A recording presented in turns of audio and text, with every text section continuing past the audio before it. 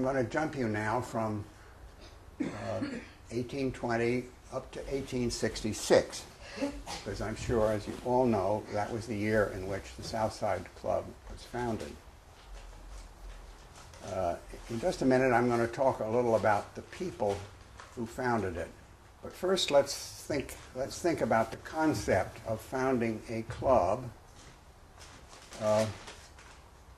Liff Snedeker had died in 1861, and his son, known as Obadiah Snedeker, I guess was finding it hard to run it in the same way his father was running it. But more importantly, in 1861, the Civil War started.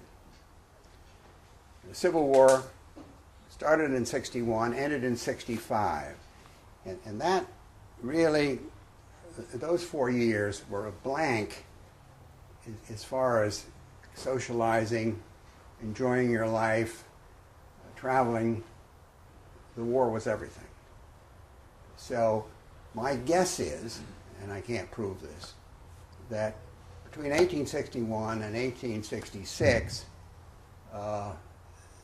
this tavern just faded away.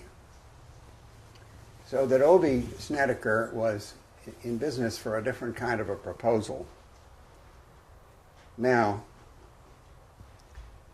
how did it transform itself from a very successful active inn to a club, a men's club for fishing and hunting, shooting? And that happened quite quickly once the Civil War was over. Now I'm thinking in my head, if you're going to have a club out here, you have to, and you want to have members come from New York, there has to be a way of getting here other than a coach. Fortunately, by 1834, 1835, the Long Island Railroad, through the main line, had been laid through to Greenport. So there was a rail route. And it's my understanding that when the first members came here in 1866, if they came by rail, which I would guess most of them would have most of the time, they would have come on the Central Island Railroad track, and they would have gotten off at a station called Suffolk. And the station called Suffolk was about where Central Islip Station is today. And they would be met by a horse and carriage or horse and cart and brought down here to the club. Now that was quite a long run then, and as it is now.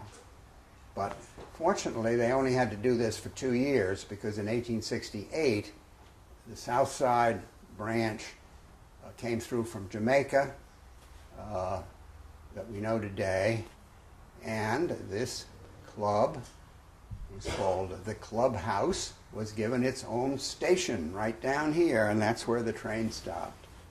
So that gentlemen could get off, and I'm saying gentlemen because they mostly were men and not women in that time. Gentlemen could get off and visit the club whenever they wanted to. So the access became such that a group of people could come together and enjoy their sociability together. They could come and they could, frankly, socialize with whom they wanted to socialize with and not socialize with people they did not want to socialize with. It's a different concept. But the whole era of clubs in America became a big thing after the Civil War. And this Southside Club was one of the early ones, but it was by far, it wasn't by any manner of means the only one. There were clubs all over the place. And they were essentially men's clubs. The women's clubs came later.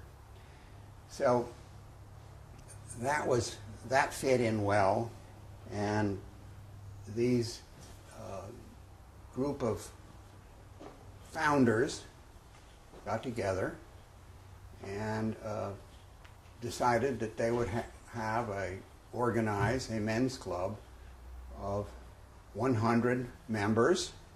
they would charge $50 to join. So there became a kitty of $50,000.